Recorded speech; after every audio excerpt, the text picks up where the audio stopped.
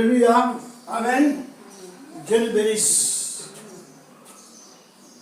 Aujourd'hui, on va entamer le troisième culte, le troisième chapitre de notre prière que nous avons commencé, notre enseignement que nous avons commencé, qui est basé, fixé sur les démons. Amen.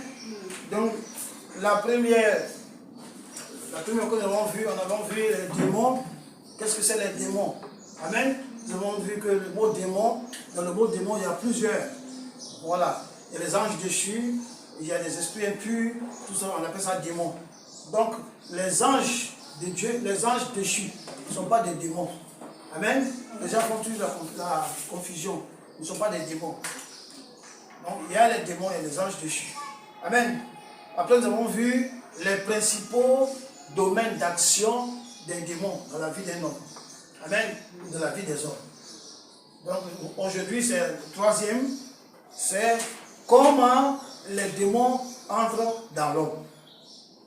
Comment les démons entrent en l'homme ou dans l'homme. Comment les démons entrent. Amen. Comment les démons entrent. Comment les démons entrent. Pour cela, nous allons commencer par lire Romains 6. Romains 6, verset 16.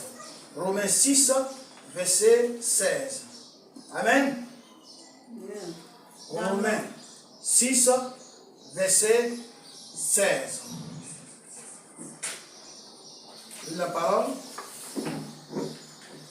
Ne savez-vous pas qu'en vous livrant à quelqu'un comme esclave, pour lui obéir, vous êtes esclave de celui à qui vous obéissez, soit du péché qui conduit à la mort, soit de l'obéissance qui conduit à la justice. Amen. Donc, aujourd'hui, nous allons apprendre comment les démons entrent dans l'homme. Amen. Donc, ici, on dit que celui qui triomphe de toi, celui à qui tu es assujetti, c'est celui-là dont tu es l'esclave.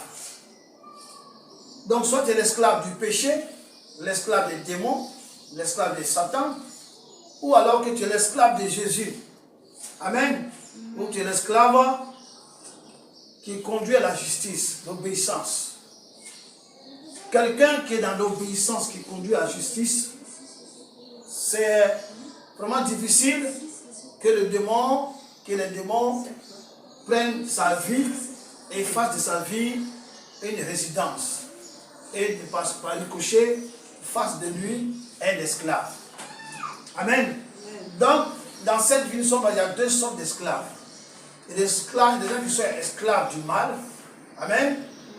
Esclaves du mal, esclaves de la désobéissance. L'esclave de celui qui te domine. Ou alors tu es l'esclave de l'obéissance, de la justice qui est de Dieu. Amen.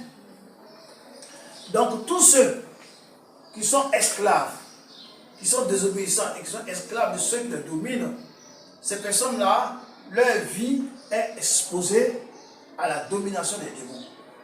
Ils sont exposés à être des esclaves des démons. Amen.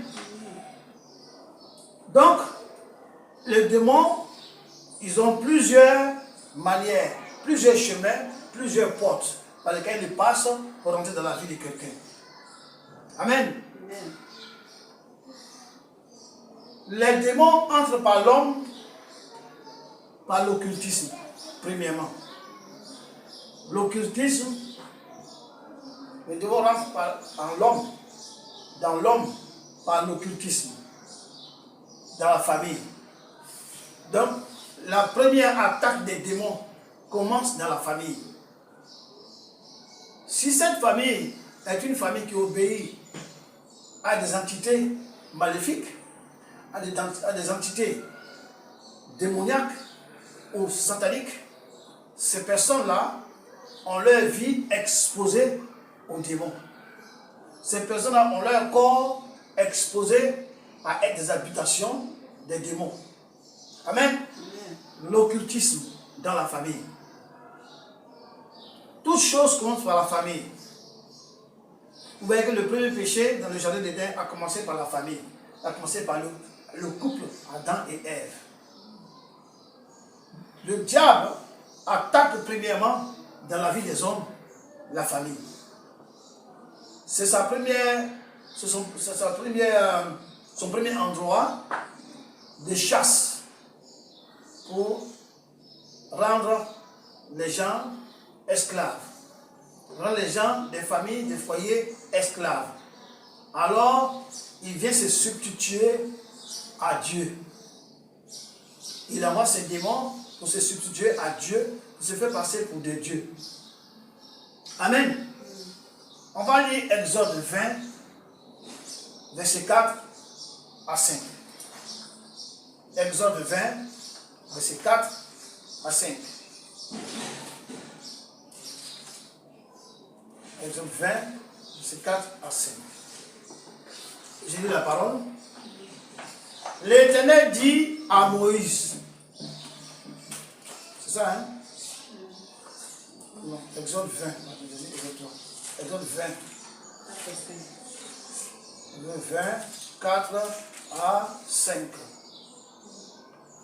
Tu ne te feras pas d'image taillée, ni de représentation quelconque, des choses qui sont en haut, dans les cieux, qui sont en bas sur la terre, qui sont dans les eaux plus bas que la terre. Tu ne te prosterneras point devant elles et tu ne les serviras point. Car moi, l'Éternel ton Dieu, je suis un Dieu jaloux, qui punit l'iniquité des pères sur les enfants jusqu'à la 3e et à la 4e génération de ceux qui me haïssent. Donc Dieu dit, il punit ceux qui pratiquent l'occultisme, ceux qui pratiquent l'idolâtrie.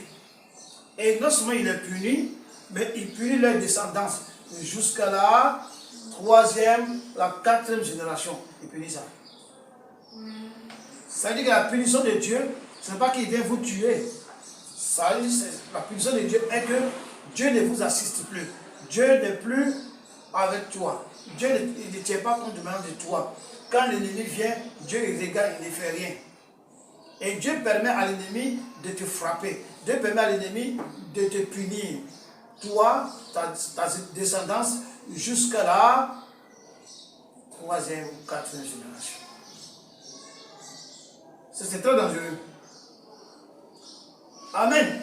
Donc l'occultisme permet aux démons de rentrer dans la vie, dans le corps des gens. L'occultisme, c'est quoi qu'est occultisme? C'est quoi qu'est l'occulte? Les pratiques cachées. Par exemple, les bois sacrés. Par exemple, les forêts sacrées. Les gens, eux, ils vont pour adorer des divinités. Même pas des entités démoniaques. Amen. Et ces entités-là, leur donnent des règles, leur donnent des lois. Est-ce que personne ne vient violer la forêt? Est-ce que les personnes ne viennent violer le bois, ni la rivière? Mais il y a des cases qui sont sacrées, où personne ne rentre. Il y a dans ces cases-là des démons. Amen. Donc, toutes ces pratiques-là amènent des démons à rentrer dans le corps, dans la vie des gens. Donc, l'occultisme dans la famille. En Afrique, par exemple, dans chaque famille, au moins à 95%, il y a un Dieu auquel la famille obéit. Or, ce Dieu-là, ce n'est pas le vrai Dieu que nous connaissons. Ce Dieu-là n'est pas Jésus-Christ de Nazareth. Ces dieux-là, ce sont des démons. Alors, ces démons-là prennent possession de la vie des gens. Ils gèrent les familles. Ils possèdent les enfants. Ils possèdent les femmes. Ils possèdent les filles. Ils empêchent à d'autres d'avoir des enfants. Ils empêchent d'autres d'avoir un certain âge. D'autres ils mettent la maladie dans la vie des personnes. Et ces maladies-là vont de père en fils. On appelle ça des maladies héréditaires. Amen. Dieu n'a mis en personne, dans aucune femme, dans aucun homme, d'avoir un enfant qui soit avec une maladie. Quand une maladie se perpétue dans la vie d'une famille, cela signifie qu'il y a un démon qui est à la base. Et si la famille n'a pas fait l'occultisme, si la famille n'a pas été idolâtre, mais les parents ou les grands-parents ont été idolâtres, et cela, le fait que les parents ou grands-parents sont morts n'empêche pas le démon de poursuivre et de demeurer dans la famille, de manipuler dans la famille, de faire de ces familles-là des esclaves. C'est de ça qu'il s'agit. Donc la première porte d'entrée des démons dans la vie d'un homme, c'est l'occultisme. L'occultisme où? Dans la famille. Les arrière-grands-parents, les grands-parents, les parents ont pratiqué. Amen. Et les démons ne meurent pas. Les arrière-grands-parents sont morts. Les grands-parents sont morts. Les parents même sont morts. Mais les démons demeurent dans la vie de la famille. Et tous ceux qui sont issus de cette famille, ils sont esclaves de cette famille. C'est pourquoi il y a d'autres familles, les filles ne se marient pas. Elles sont des enfants de gauche à droite, mais elles ne se marient pas. Dans d'autres familles, les enfants ne peuvent pas arriver au haut dans les études. S'ils sont trop arrivés, c'est en troisième. S'ils sont trop arrivés, ils ont le bac. Ça s'arrête là. Ils ne vont pas au-delà pour rentrer à l'université. Dans d'autres familles, ce sont les maladies héréditaires. Ils sont dans une famille, tout le monde a la même maladie. Tout ça, ce sont les démons qui font ça. Et les arrières, les grands-parents ont fait quoi? Ont livré leur descendance en esclavage dans les mains de ces démons, en pratiquant l'occultisme. Amen. La deuxième porte où le démon peut passer pour entrer dans la vie d'un homme, c'est l'engagement personnel dans l'occultisme. Donc il y a des gens, ce n'est pas que dans leur famille, il y a les pratiques de l'occultisme, mais des gens qui se lèvent eux-mêmes d'une manière personnelle pour aller pratiquer l'occultisme. Amen. Pratiquer l'occultisme. Par exemple, la franc-maçonnerie, ils sont dans les Illuminati, ils sont dans le fétichisme, ils sont dans le maraboutage, ils sont aussi dans toutes les sectes. Et lorsque le plus souvent, quelqu'un se lève pour embrasser l'occultisme, pour pratiquer l'occultisme personnellement, c'est toujours pour un problème de gain. La personne veut devenir riche. Soit la personne ne croit pas en Dieu, ou soit la personne croit en Dieu, mais croit que Dieu est trop lent. Et la personne veut une bénédiction rapide, bénédiction financière, sociale rapide. Alors la personne embrasse la franc-maçonnerie, embrasse Rose-Croix et Cancan, Maïkari, Vaudou, tout ça pour pouvoir avoir rapidement une fortune. Même les chanteurs, ils vont voir dans d'autres pays comme au Bénin, comme au Gabon, au Congo, ils vont voir des praticiens pour faire des sacrifices et devenir des chanteurs qui sont renommés. Même dans le corps du Christ, il y a des chantres qui font ça. Il y a des chanteurs qui font ça. Donc ça, c'est l'engagement personnel dans l'occultisme. La personne prend la décision lui-même d'embrasser l'occultisme, de rentrer dans l'occultisme pour avoir des gains, pour avoir de l'argent, pour avoir la richesse, pour avoir la fortune, pour avoir la notoriété, pour être populaire. Il rentre dans l'occultisme. Et lorsque tu rentres dans l'occultisme, tu rentres dans le monde démoniaque. Tu rentres dans le monde des ténèbres. Et de la manière que nous, chrétiens, nous venons à Jésus, il nous donne son esprit. C'est la même manière que là tu embrasses l'occultisme, le diable, il envoie ses démons pour posséder ton corps. Et ce sont les démons-là qui te font faire ces choses, qui te rendent populaire. Ce sont ces démons-là qui te rendent riche, qui te donnent la fortune, qui te donnent la notoriété, qui te font élire à des postes de présidentiels ministériels. Ces démons en prennent possession de ton corps.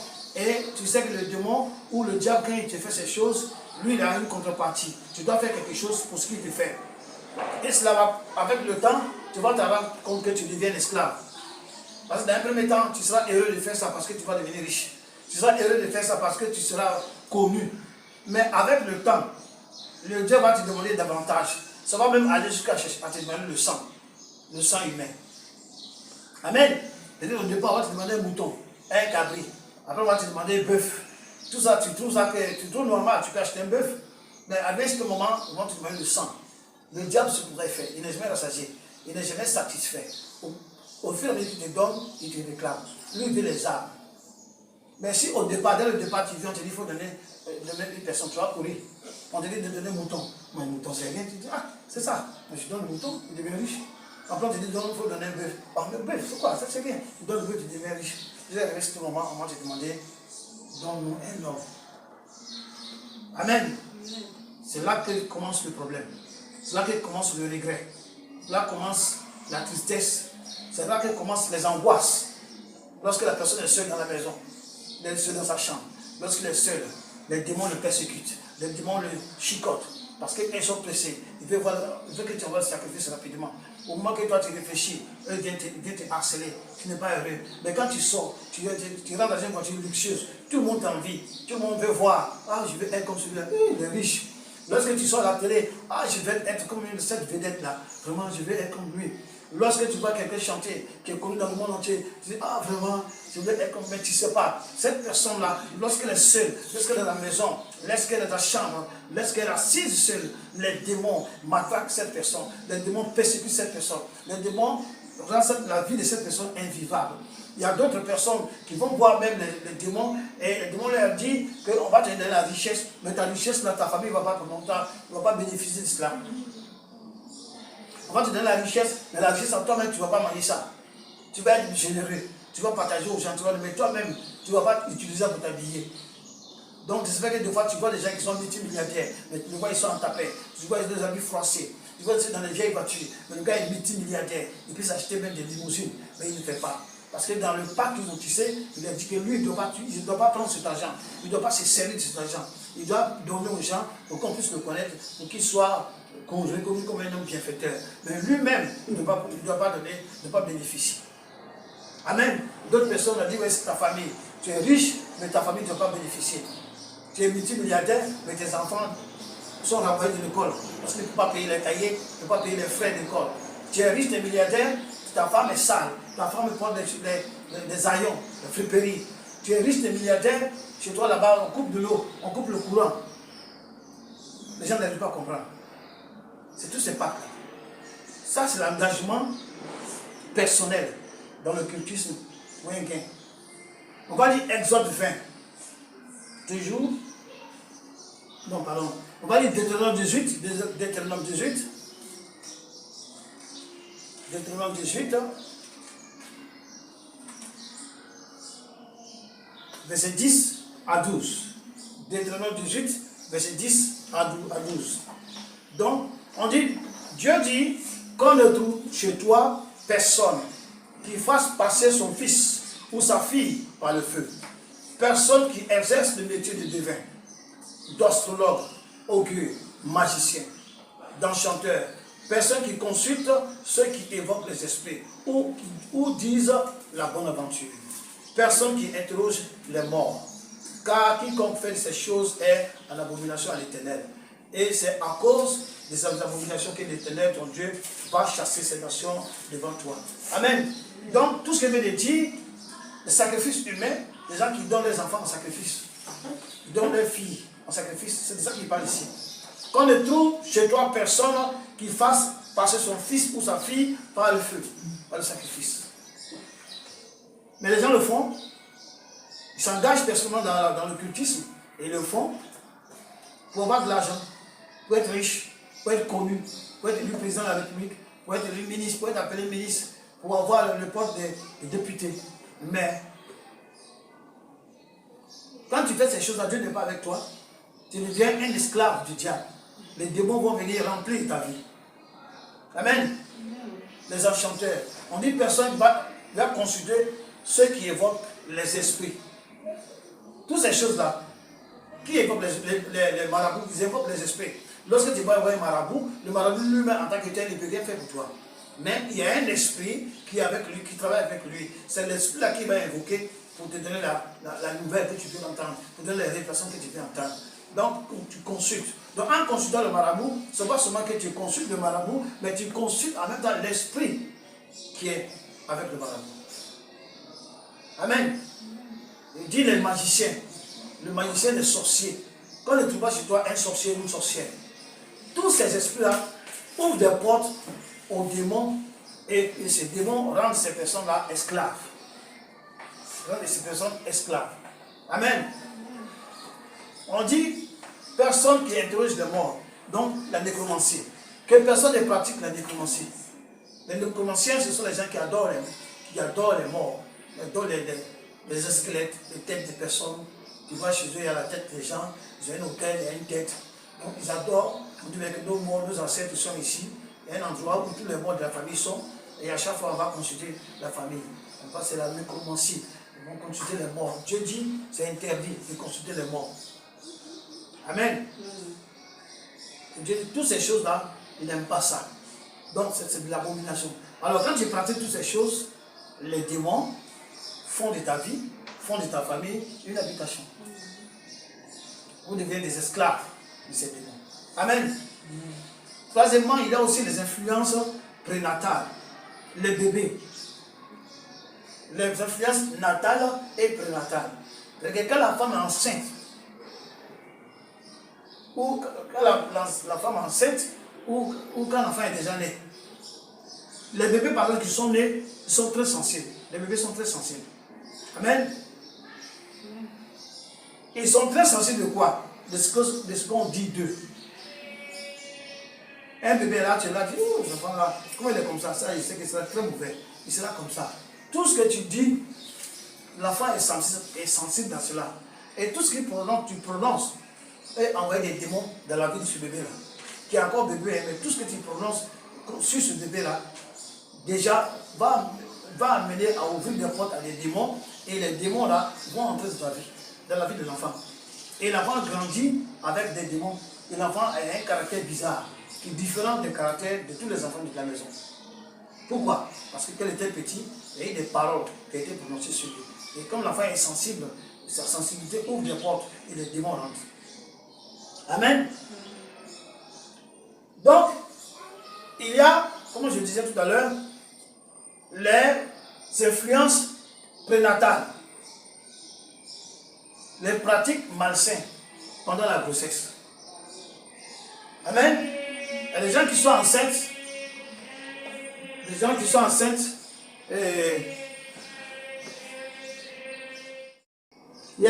enceintes, des femmes, elles sont enceintes, elles font des pratiques malsaines.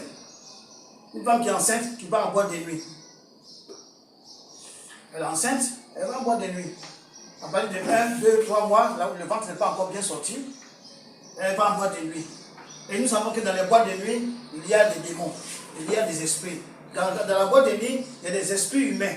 C'est-à-dire des démons, tu le vois, c'est un homme qui est là que tu vois, mais c'est un démon. Et ces démons-là ont la capacité d'agir sur le bébé qui est dans le ventre. Des femmes qui sont enceintes, elles sont adonnées à la boisson. Ce qui fait que lorsque l'enfant naît, à un certain âge, il commence à s'intéresser à la boisson. On ne comprend rien.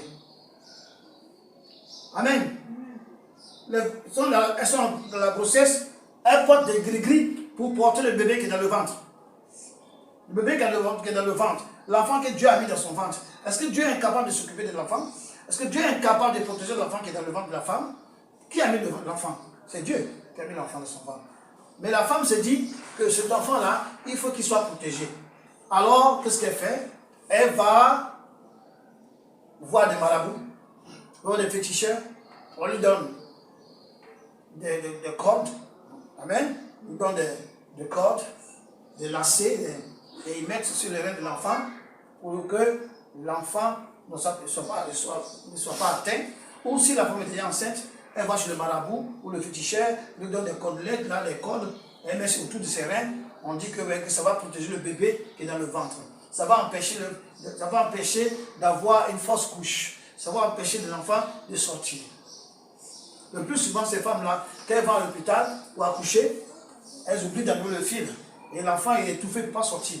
Des fois, ça fait des morts-nés. Et ça, c'est en Afrique. Amen.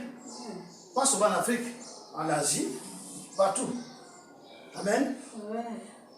Donc, des pratiques malsaines pendant la grossesse, ou bien à l'enfant, ils vont dans les boîtes de nuit, ils vont voir les gris-gris, ils prennent comment on appelle ça, des trucs pour protéger l'enfant qui est dans le ventre. Et ils vont voir les marabouts qui imposent la main sur le ventre. Plein de choses qui attirent les démons dans le corps de ces enfants, dans la vie de ces enfants. Alors l'enfant grandit, il naît, il grandit, il a autre chose. l'enfant grandit, il devient autre chose. On dit, mais c'est quel enfant ça? Non, c'est ce qui a été fait sur lui quand il était dans le ventre, ou quand il était bébé, ou toutes les paroles qui ont été prononcées sur lui, donc il a été sensible, qui ont ouvert les portes de sa vie spirituelle, et que les démons sont entrés, ils ont fait de sa vie une maison. Amen. Troisièmement, quatrièmement maintenant, la domination ou la manipulation de l'âme. Amen. Donc, il y a des personnes qui ont un certain pouvoir maléfique ou démoniaque, je ne sais pas, qui manipulent les âmes des gens, qui font de la manipulation, ou qui dominent sur les gens. Ils ont des charmes, ils ont des charmes, des gris-gris, ils ont des envoûtements. Donc, ils envoûtent les gens. Donc, la personne il a un certain pouvoir, il a un certain gris-gris qui vient manipuler ton âme. Dès que tu fais ce qu'il veut, quand il dit fais ça, c'est ça, tu ne peux pas dire non, tu ne peux pas dire oui, tu le fais. Amen. Il manipule ton âme. Il est là et il manipule ton âme. Il domine ta vie à cause du gris-gris qu'il a, à cause du pouvoir qu'il a, à cause de l'esprit qui est dans la personne.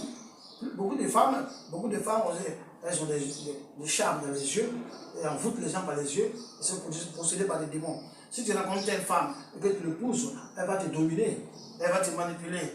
Et dans la manipulation, dans la domination, tu vas, les portes seront ouvertes dans ta vie, et ces démons-là vont entrer pour faire de toi l'esclave. L'esclave de cette femme, l'esclave de cet homme, qui a une charme, qui a un gris-gris, qui a un fétiche, ou qui a un pouvoir. C'est ça, c'est l'esclave.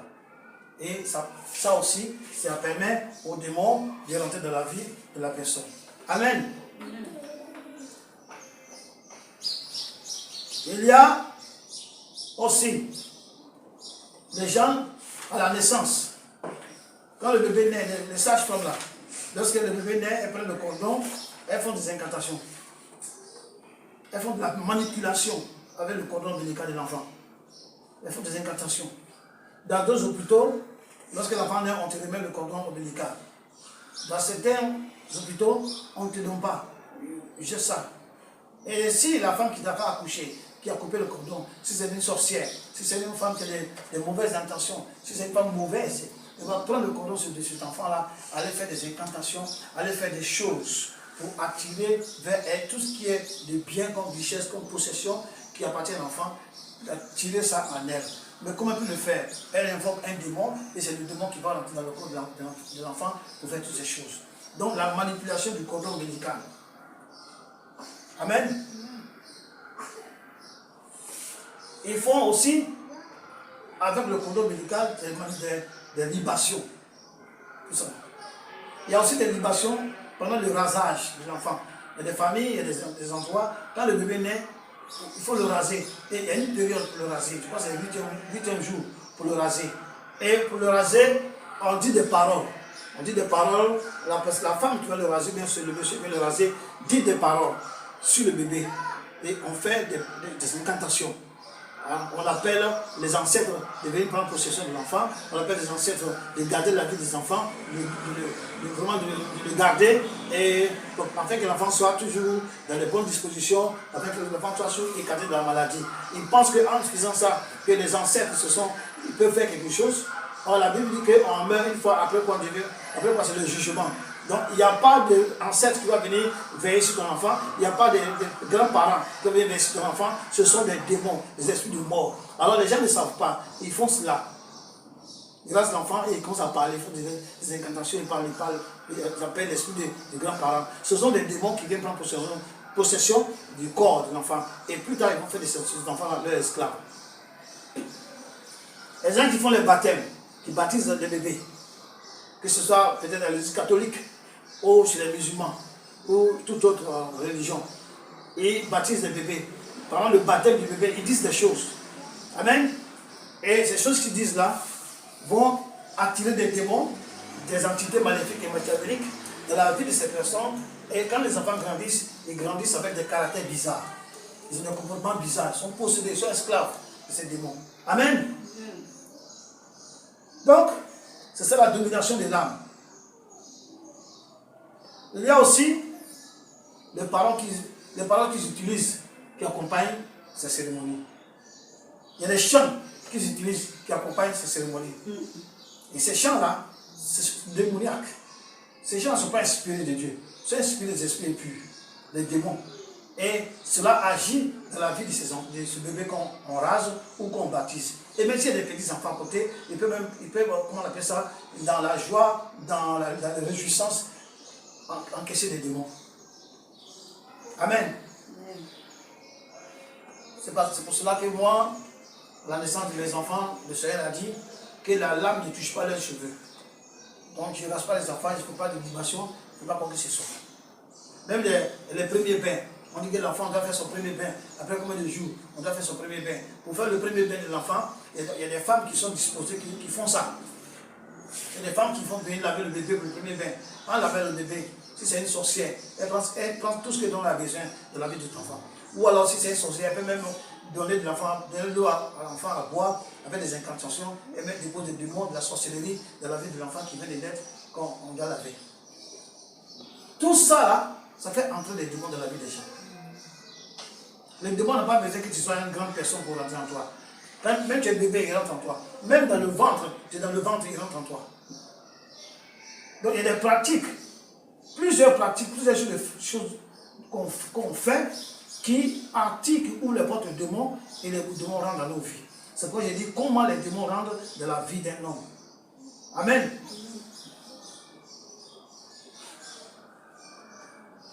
Cinquièmement, la pression sur les petits enfants, sur la petite enfance. Donc, les gens qui font des pressions sur les enfants, les gens qui traumatisent les enfants, les gens qui terrifient les enfants. Ils font des pressions. Ça peut être même dans la famille, ça peut être même le père ou la mère, ça peut être un oncle. Tout ça dans la famille, on est toujours dans la famille. Amen.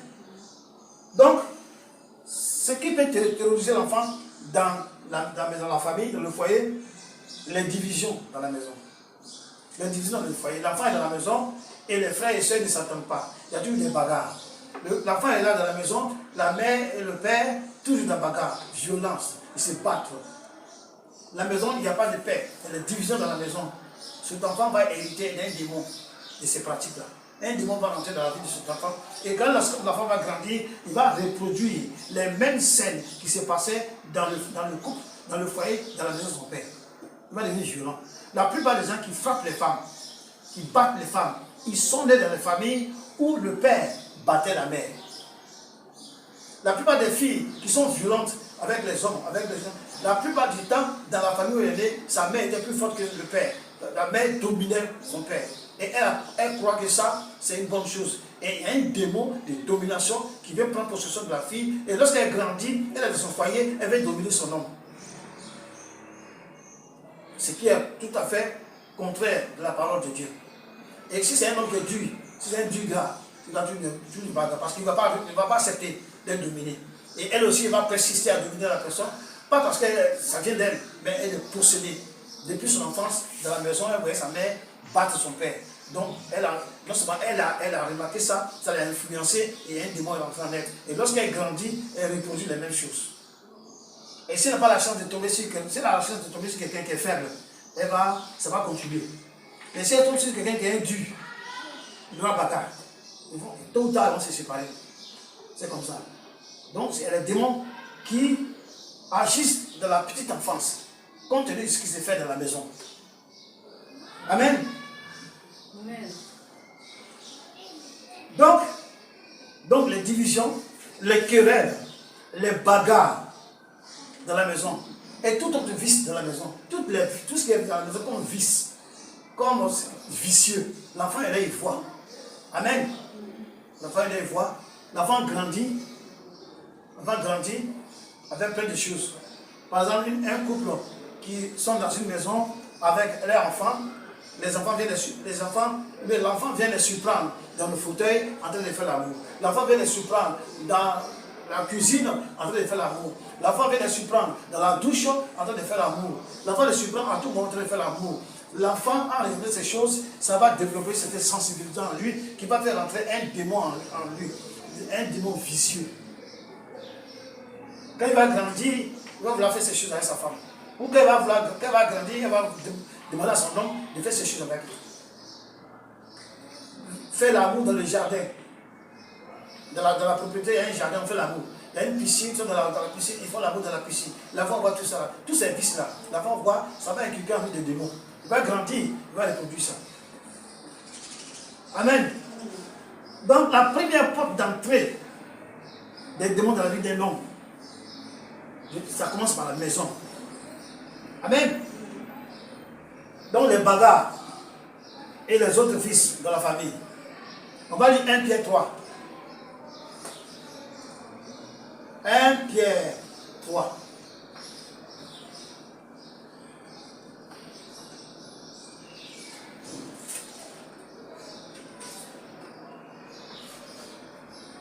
Pierre 3, 7 à 8. 1 Pierre 3, 7 à 8. J'ai lu la parole. Marie, montrez à votre tour de la sagesse dans vos rapports avec vos femmes. Comme avec un sexe plus faible. Honorez-les. Comme devant aussi héritiers avec vous de la grâce de la vie. Qu'il en soit ainsi, afin que rien ne vienne faire obstacle à vos prières. Afin, soyez tous animés des mêmes pensées et des mêmes sentiments, pleins d'amour fraternel, de compassion, d'une humilité. Ce sont ces choses-là qui peuvent garantir à une famille d'être loin des démons, d'être loin, de ne pas être des esclaves des démons. Amen. Le mari doit montrer de la sagesse dans ses rapports avec tout le monde, avec sa femme. Comme avec un sexe plus faible. Donc, honorer les femmes.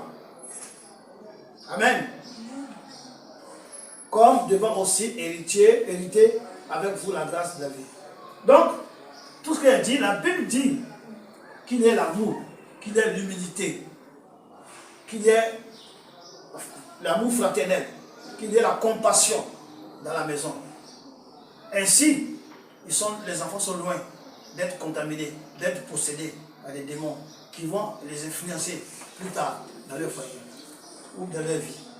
Amen. Il y a aussi les moments de faiblesse physique, les moments de faiblesse spirituelle. Dans des moments de faiblesse physique, les démons peuvent entrer dans ta vie. Amen. Tu es là, tu es fatigué, tu es faible, tu n'arrives pas à prier, tu dors. Tu peux être sujet des attaques dans le rêve. Il y a des démons qui rentrent dans la vie des gens dans le rêve. À partir du rêve, ils rentrent dans ta vie. Ils te possèdent. Les esprits de sexualité, les esprits de sorcellerie. Tout ça rentre deux fois dans la vie des gens au travers du rêve. Lorsque tu es fatigué, tu ne peux pas prier. Tu arrives, tu tombes dans un sommeil profond. Il profite pour entrer en toi. Il y a aussi la faiblesse spirituelle. Dans la faiblesse spirituelle, la personne est faible spirituellement. Alors, cette personne manque de prière. La personne est faible, elle ne peut pas prier. Il ne prie pas. Cette personne ne médite pas, ne lit pas la Bible. Cette personne même a la paresse pour aller au culte, aller dans l'assemblée des saints, pour être avec les frères. Il commence à devenir faible spirituellement. Et le plus souvent, ceux qui affaiblissent les gens spirituellement, ce sont les sorciers. Ce sont les démons, les occultistes. Tous ceux qui ne veulent pas que tu sois avec Dieu. Tous ceux qui ne veulent pas que tu aies une force spirituelle supérieure à la leur. Ceux-là, quand tu vis dans la même maison, dans la même société ou dans la même vie, ces personnes-là, si elles sont sorcières, si elles sont satanistes, elles vont tout faire pour t'affaiblir spirituellement. Lorsque tu es affaibli spirituellement, tu veux méditer, dire, laisse ça, après tu vas faire ça. Tu veux lire, laisse ça, après tu vas faire ça. Tu veux prier, tu as tout le temps pour prier. Arrête ça, allons. Et quand tu les suis, tu vas commencer à t'affaiblir spirituellement. Et lorsque tu es affaibli spirituellement, alors tu vas ouvrir des portes à des démons qui vont rentrer dans ta vie. Tu vas ouvrir des portes à des sorciers qui vont rentrer dans ta vie. Tu vas ouvrir des portes à des satanistes qui vont manipuler ta vie. Tu vas commencer à devenir esclave de toutes ces entités. Donc, ils rentrent dans la vie des gens pendant des moments de faiblesse physique et des faiblesses quoi? Spirituelles. C'est quoi la Bible dit prier en tout temps. Parce qu'il y a des esprits qui sont là pour ça, qui sont dévoués à rendre les gens faibles, à rendre les chrétiens faibles, à faire en sorte que ceux qui sont remplis de la puissance de cet esprit perdent cette puissance. Ceux-là qui ont une vie de prière vraiment comme selon Dieu, ce que Dieu veut, ils font tout pour abaisser la vie de prière, pour abaisser la vie de méditation de ces personnes. Ils affaiblissent spirituellement la personne, en fin de compte, ils arrivent à rentrer dans la vie des gens, à faire envoyer des démons qui vont t'affaiblir, qui vont te posséder et qui vont te manipuler, tu deviens esclave. On dit, ah, c'est là. Avant, c'est une chrétienne, hein? Si je la vois, elle prie. Oh, non, mais maintenant, je ne sais pas ce qui se passe. Ah, le gars là, non, il priait. Non, le gars, c'est un vrai chrétien. Donc, il passe qu'on sait que c'est un chrétien. Mais maintenant, il a changé. Il a été affaibli spirituellement et il a été dominé. Maintenant, il est esclave. Il ne peut plus briller comme avant. Amen. Il y a aussi les habitudes et les actes pécheurs. Donc, tu es un chrétien, tu as des habitudes de péché. Tu es un chrétien, tu portes toujours des actes pécheurs. Ça peut entraîner des démons de ta vie. Tu es un chrétien, mais matin, midi, soir, tu regardes tout ce qui est sexualité. Tu es un chrétien, matin, midi, soir, tu regardes tout ce qui est violence. Tu es un chrétien, matin, midi, soir, tu regardes tout ce qui est contre nature. Ces choses vont ouvrir des portes à ta vie et les démons vont entrer pour te manipuler. Amen. Te manipuler. Donc, les habitudes pécheurs. Tout acte pécheur est contre la parole de Dieu. Tout un acte que tu pêches, que tu poses, qui est un péché, agit contre la volonté de Dieu, agit contre la parole de Dieu. Et tout ce qui agit contre la parole de Dieu ne vient pas de Dieu, vient de l'ennemi. Alors, les portes de ta vie seront ouvertes et que les démons vont entrer. Les esprits vont entrer, ils vont commencer à te manipuler. À cause de toi-même, tu as posé des actes pécheurs. À cause de toi-même, tu as posé des attitudes de péché. Les démons vont venir entrer. Ils ne t'ont pas demandé, mais c'est toi-même qui as ouvert tes portes, les portes de ta vie. Et ils viennent rentrer. Et le péché que tu poses tous les jours, que tu fais tous les jours, que le péché là que tu ne peux pas arrêter, cet acte que tu poses, acte de péché que tu fais tous les jours, il y a un démon qui va venir entrer en toi, qui va perpétuer ça. Le jour que tu veux t'arrêter, tu ne peux plus, tu deviens esclave. Amen. Même les gens qui se masturbent, il y a des démons de la masturbation. Amen. Il y a les démons du vol, il y a les démons de temps. Il y a les démons de la luxure.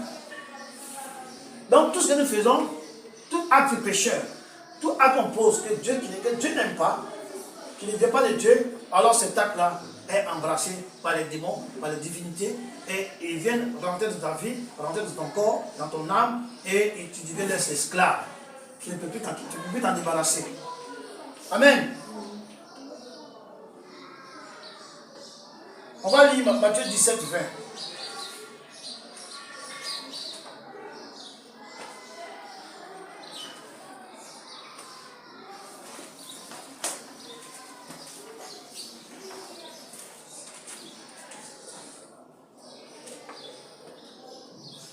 Amen.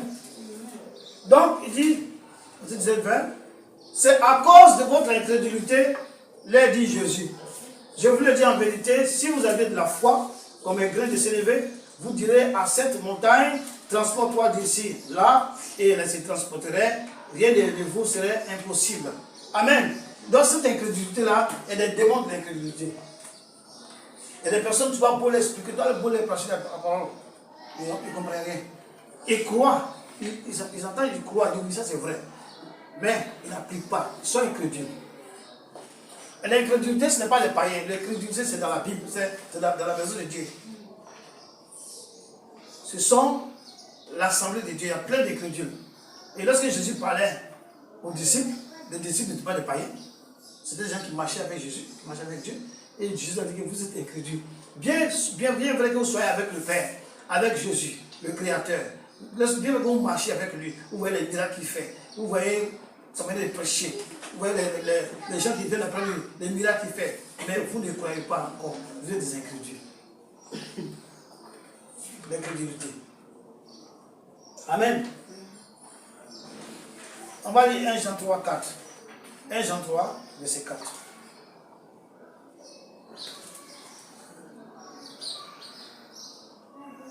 1 Jean 3, verset 4, rapidement. 1 Jean 3, verset 4. J'ai dit la parole. Quiconque pêche transgresse la loi. Et le péché est la transgression de la loi. Donc, tous ceux qui ont des attitudes de péché, tous ceux qui ont des actes de pécheurs, toutes ces personnes qui transgressent la loi, la Bible dit qu'ils sont dans le péché. Et si tu es dans le péché, tu es éloigné de Dieu. Et lorsque tu es éloigné de Dieu, tu es proche de qui? Tu es proche de Satan. Tu es proche des démons qui vont rentrer dans ta vie pour te manipuler. Il faut faire très attention. Amen. Nous allons retourner à Matthieu 12 encore. Matthieu 12.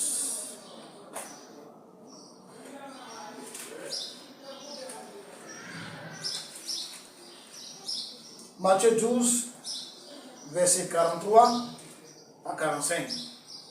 Matthieu 12, 43 à 45. Vous connaissez ça?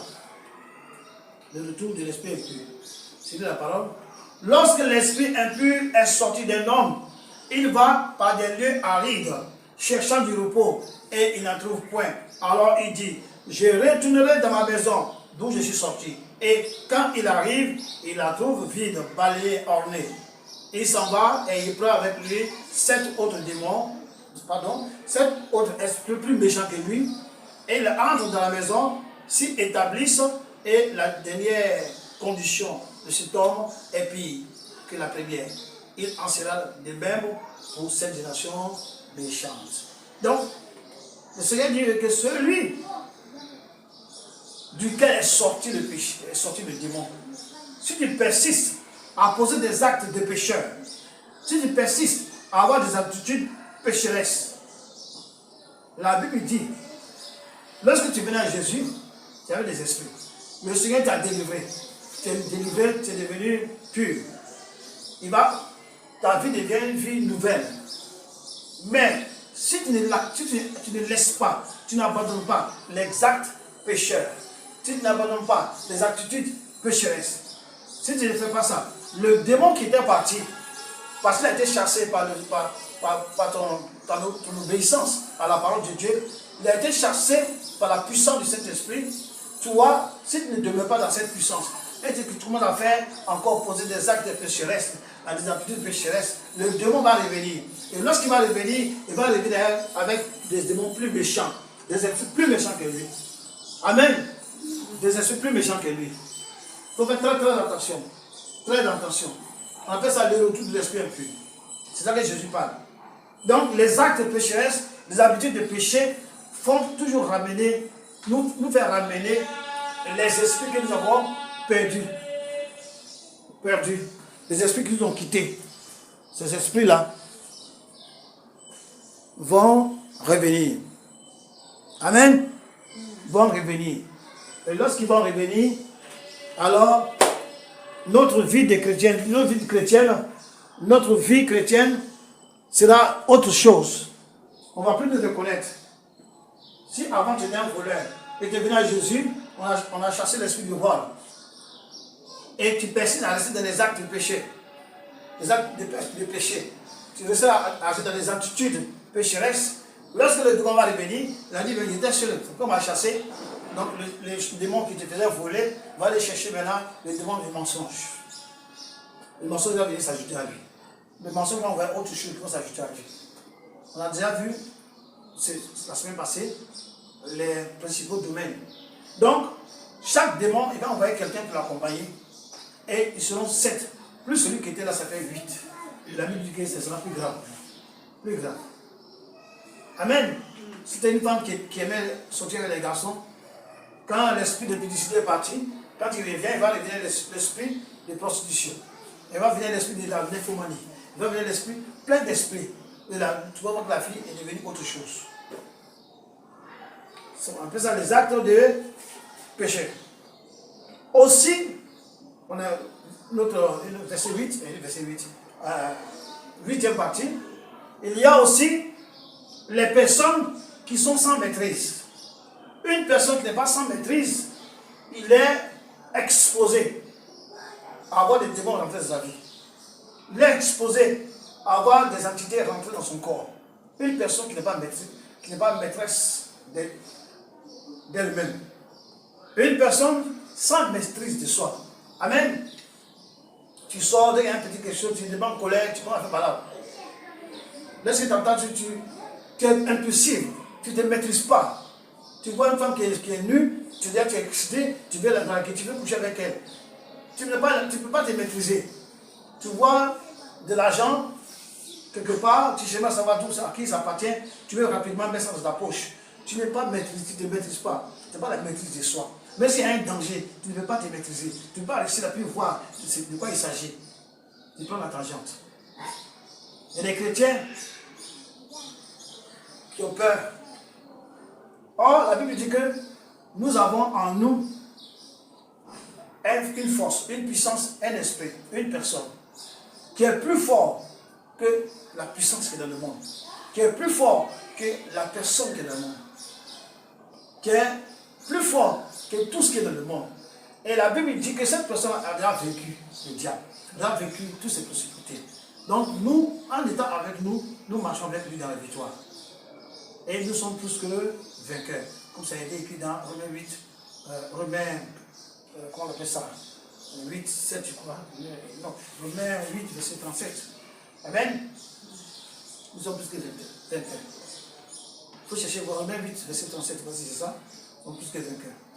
Donc, nous ne devons pas nous affoler. Nous ne devons pas nous affoler, nous devons rester maîtres de notre vie. Un chrétien qui a foi en Jésus, compte sur Jésus, connaissant les capacités, la puissance de Jésus, le chrétien est toujours maître. Il se maîtrise. Il a la maîtrise de soi. Et la Bible dit que celui qui n'a pas la maîtrise de soi, c'est comme une ville sans muraille. Amen. Vous savez que dans l'Ancien temps, au temps de l'Ancien Testament et autres, les villes avaient des forteresses. C'est pas comme aujourd'hui, on a des grandes villes où on ne peut pas mettre des forteresses. Mais dans l'ancien temps, les villes étaient quoi? Il y avait des forteresses clôturées. Il y avait des clôtures, hautes clôtures. Tu ne peux pas venir rentrer dans une ville comme ça. C'est pas possible. Il y a un portail qui est là. Et tu ne peux pas rentrer. Tu rentres, tu sors par la même porte, par le même portail. Et la Bible dit que quelqu'un qui n'a pas la maîtrise de soi, c'est quelqu'un qui n'a pas de muraille. Bon, les gens, ça rentre partout. Une ville qui n'a pas de muraille, tu peux rentrer au nord, au sud, à l'est, comme tu veux, personne ne va te contrôler. Mais quelqu'un qui a la maîtrise de soi, qui a la maîtrise, il y a une ville avec muraille. Il y a un portail. Et toutes les entrées et les sorties sont filtrées. Mais quelqu'un qui n'a pas la maîtrise de soi, la Bible dit qu'il est comme une vie qui est sans muraille. Ça rentre de partout. Sa vie elle devient comme une porcherie. Ça rentre partout, ça sort partout. N'importe qui rentre. Amen. On va lire Proverbe 28. Proverbe 25. Vous avez trouvé Proverbe 8 là? Proverbe 25.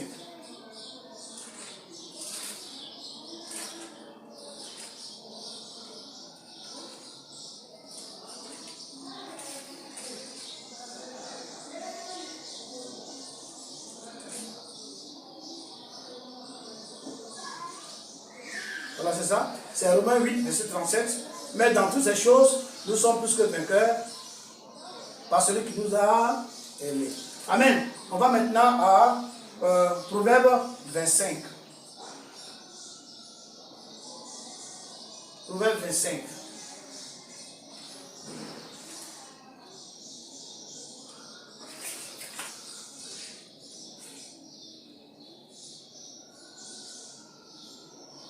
Proverbe 25, verset 28. Proverbe 25, verset 28. J'ai vu la parole de Dieu. Comme une ville forcée et sans muraille, ainsi est l'homme qui n'est pas maître de lui-même. Amen. Donc, quelqu'un qui n'est pas maître de lui-même, quelqu'un qui ne maîtrise pas sa vie, quelqu'un qui est au hasard comme ça, c'est comme une ville qui est sans muraille. N'importe qui vient rentrer dans ta vie, n'importe qui vient rentrer, un voleur vient rentrer, il sort, n'importe qui. Les démons viennent et rentrent. N'importe quel démon vient, il rentre aisément. Parce que ta vie n'est pas protégée, n'est pas barricadée par la puissance du Saint-Esprit, n'est pas barricadée par Dieu, par le feu du Saint-Esprit. Ta vie est, il n'y a pas de protection. N'importe qui vient, n'importe quel démon vient, il rentre. Il sort, il s'en va, il appelle l'autre. Ils font des va-et-vient. C'est comme une ville où n'importe qui rentre, n'importe qui sort. Or, une ville qui a une muraille, elle ne peut pas être forcée et n'importe qui ne peut pas rentrer. Vous avez vu que le peuple d'Israël, quand ils sont arrivés, ils étaient derrière le Jourdain, ne pas pu rentrer à Jéricho comme ça. Pourquoi? Parce que Jéricho était une ville quoi? Avec forteresse, il y avait des hautes murs, il y avait une seule entrée. Tu ne peux pas entrer comme ça. Pour traverser, pour vaincre Jérusalem, pardon, Jéricho, et progresser leur chemin avec Josué, il a fallu détruire Jéricho, vaincre le roi qui était là, le peuple qui était là, avant d'avancer. Et ils l'ont fait avec Dieu. Eux ne pouvaient pas. Un murailles vont passer où? Mais Dieu est avec eux. C'est Dieu qui a brisé, qui a détruit tout cela, ces murailles. Donc, un homme qui n'a pas la maîtrise de soi, c'est comme un homme qui n'a pas de forteresse, qui n'est pas protégé. Et nous, chrétiens, notre protection, c'est Jésus. Notre protection, c'est notre Dieu. Et un homme qui n'a pas de maîtrise de soi, c'est quelqu'un qui fait n'importe quoi. Tu ne peux pas te maîtriser. Tu vois une fille qui est belle, tu couches avec elle, tu vois un homme qui a de l'argent, tu le suis. Ta vie n'est pas protégée. Tu ne peux pas mettre de toi. Amen.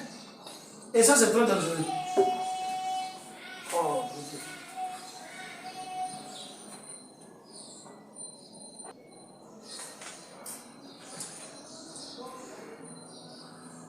Amen. On va passer au dernier point qui est le point 9. Amen. La malédiction. La malédiction vient des paroles prononcées sur ta vie ou des pratiques faites qui envoient la malédiction. Donc la malédiction, ce sont les paroles qui maudissent ta vie. Ce sont des paroles maudites prononcées sur toi. Des parents prononcent des paroles maudites sur les enfants. Des parents prononcent des paroles de malédiction sur d'autres enfants. Amen. Ces paroles-là font venir des démons de la vie de la personne. Le chemin par lequel il passe par la malédiction. Pour rentrer. La malédiction parentale. La malédiction que nos grands-parents ont dit. Ils disent, bon, voilà ma famille, Dieu au démon prend. Donc, les malédictions qui sont dites par les parents ou par une autre personne. Par exemple, tu sors avec une fille, tu lui promets le mariage, vous marchez ensemble, le jour que tu as un bon travail, tu es bien maintenant, tu as une bonne maison, une belle maison, tout et tout. La fille avec qui tu as marché jusqu'à ce que tu aies tout cela, un matin tu dis qu'elle est illettrée, un matin tu dis que sa famille est pauvre, un matin tu dis qu'elle ne connaît rien. Alors tu veux maintenant épouser une autre femme qui est du même standing que toi. Cette femme-là, si elle prononce des paroles mauvaises, des paroles maudites sur toi, ça va t'avoir. Si tu n'as pas couché avec moi, si tu ne m'as pas promis, si tu ne m'as pas dit ça, et puis aujourd'hui tu as fait ça, je te mets entre toi, entre toi et moi. Je mets Dieu entre toi et moi. Entre tes maudits. Ou elle te dit, c'est la méchante, elle dit, si tu n'as pas couché avec moi, si je ne me suis pas offert à toi, parce que tu m'as dit qu'on va se marier, aujourd'hui tu as les moyens, tu m'abandonnes. Tout ce que tu as fait, que tu m'abandonnes, tu seras maudit. Effectivement, tu seras maudit. C'est vice-versa. Tu prends une femme, une fille, elle est avec toi. Tu travailles, tu l'entretiens, tu paies ses études, elle va au collège, à l'université, elle dit qu'elle a un grand diplôme, et puis elle trouve un travail où elle fréquente les grandes personnalités de la ville ou du pays. Alors toi qui l'a financé, mais qui est un gars de la basse classe, aujourd'hui elle te dit, ah, ce n'est plus à mon niveau, elle te laisse. Et beaucoup de personnes, moi j'ai vu une fille, quand j'étais en Côte d'Ivoire, une fille qui a fait ça à un homme, le monsieur n'a rien dit, il n'a pas maudit à la bouche, mais il est parti, je ne sais pas où il allait, et depuis ce jour, la femme, elle sent comme les excréments. Lorsque les sœurs, il n'y a pas de problème. Lorsqu'un homme s'approche d'elle pour dire qu'il va la draguer, pour faire d'elle sa femme, l'odeur commence à dégager. Les gens l'ont fui. Jusqu'à ce qu'on lui dise un jour que tu as fait telle chose à un homme, celui qui t'a lancé cette malédiction. Mais où va voir cet homme maintenant? Où va le voir? Donc, ce sont des actes qu'on pose qui attirent la malédiction sur nous, ou des paroles que les gens lancent sur toi qui envoient la malédiction. Amen. Donc, il y a des actes qui attirent la malédiction, des actes, des paroles qui attirent la malédiction, et quand on parle de malédiction, on parle des démons qui viennent faire un travail sur ta vie. C'est quoi la Bible dit que toute malédiction sans cause n'a point d'effet. Donc si quelqu'un te maudit, si quelqu'un te lance une malédiction, il te lance des paroles, il fait quelque chose sur toi, s'il n'y a pas de cause, il n'y a rien, tu n'as rien fait, tu ne l'as rien. Mais s'il y a une cause, que tu sois chrétien ou pas, s'il y a une cause, ça va te toucher. Parce que notre Dieu est un Dieu qui respecte sa parole. C'est pourquoi Dieu a dit de ne pas maudire. Ne maudissez pas, bénissez. Amen. Mais si quelqu'un te fait du mal, il faut bénir. Il faut bénir. On va lire Proverbe 26, verset 2.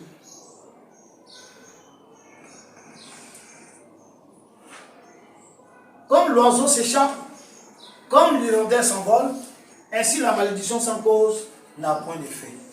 Donc si on te lance une malédiction verbale, ou par les pratiques occultes, ou par quoi que ce soit, s'il n'y a pas de cause, il n'y aura point d'effet. Mais s'il y a une cause, que tu sois chrétien ou pas, il y aura de l'effet.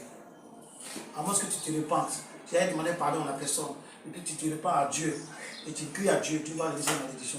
Mais si tu n'as pas fait ça, tu te dis comme Jésus disait, ça ne va pas m'atteindre, ça va t'atteindre, parce que la Bible dit ça. C'est une cause, ça va t'atteindre. Même si tu es chrétien, même si tu es, quand tu marches, tu es en feu, tu es en flamme, la malédiction va te toucher. Amen. Proverbe 29, verset 24.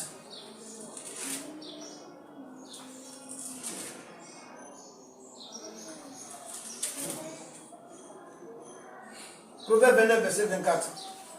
Dit quoi? Celui qui partage avec un voleur est ennemi de son âme. Il entend la malédiction et il ne déclare rien. Amen. Donc quand quelqu'un va voler de l'argent, pas forcément de l'argent, quand un voleur en tout cas va commettre un méfait, un forfait, il vient partager avec toi. Toi qui partages avec lui, la Bible dit que tu fais du mal à ton âme. Parce que si le voleur a volé et que toi tu as partagé avec lui, tu deviens aussi comme lui. Tu deviens coupable que lui. Tu es coupable que lui. Et la Bible dit que tu fais du mal à ton âme. Tu deviens un ennemi pour ton âme. C'est pourquoi toujours il faut prier. Lorsque quelqu'un te fait un cadeau, lorsque quelqu'un te donne de l'argent, il faut prier. Mais sans prière. Nous les chrétiens, on ne doit rien faire sans prier. C'est-à-dire que celui qui partage avec le voleur, un voleur, tout ce qu'il a, tout ce qu'il détient, tout ce qu'il a comme possession, c'est le fruit du vol. Et tu partages avec lui. Sans sans demander à Dieu, sans prier, tu partages avec lui. La Bible dit que tu fais du mal à ton âme. C'est que si tu meurs dans ça, tu vas en faire. Direct. Et après le dernier jugement, tu vas dans la GL. Faites très attention. Très attention. Amen. Alors, nous devons faire très attention aux actes que nous posons. Nous devons faire très attention aux paroles que nous prononçons. Nous devons faire très attention partout où nous mettons nos pieds. Tu peux mettre les pieds dans la maison de nos cultistes sans le savoir. Et ils vont cuisiner, ils vont faire des choses, tu vas manger. Et tu vas devenir un avec ces personnes. Les démons vont commencer à te poursuivre, vont commencer à te harceler. Amen. Même les vêtements que nous recevons, quand quelqu'un te donne un vêtement, tu fais un cadeau. Il faut prier là-dessus. Lorsque tu as prié, le Seigneur te dit, laisse le vêtement. Ou alors, porte le vêtement. Ou alors, quand tu pries, le Seigneur va sanctifier le vêtement. Il faut faire très attention. Les démons, ils sont attentifs aux moindres choses qui peuvent les attirer. Et ils rentrent dans la vie. Amen. Donc aujourd'hui, nous mettons fin aux 3 chapitres sur les démons. On a vu premièrement qu'est-ce qu'un démon, premier chapitre, deuxième chapitre, on a vu les domaines d'action des démons. Et aujourd'hui, on voit comment les démons entrent dans l'homme. Et tout ce que nous avons vu tout à l'heure, c'est par ces moyens, au grand maximum, que les démons passent pour entrer dans la vie des gens. Amen. Que Dieu nous bénisse.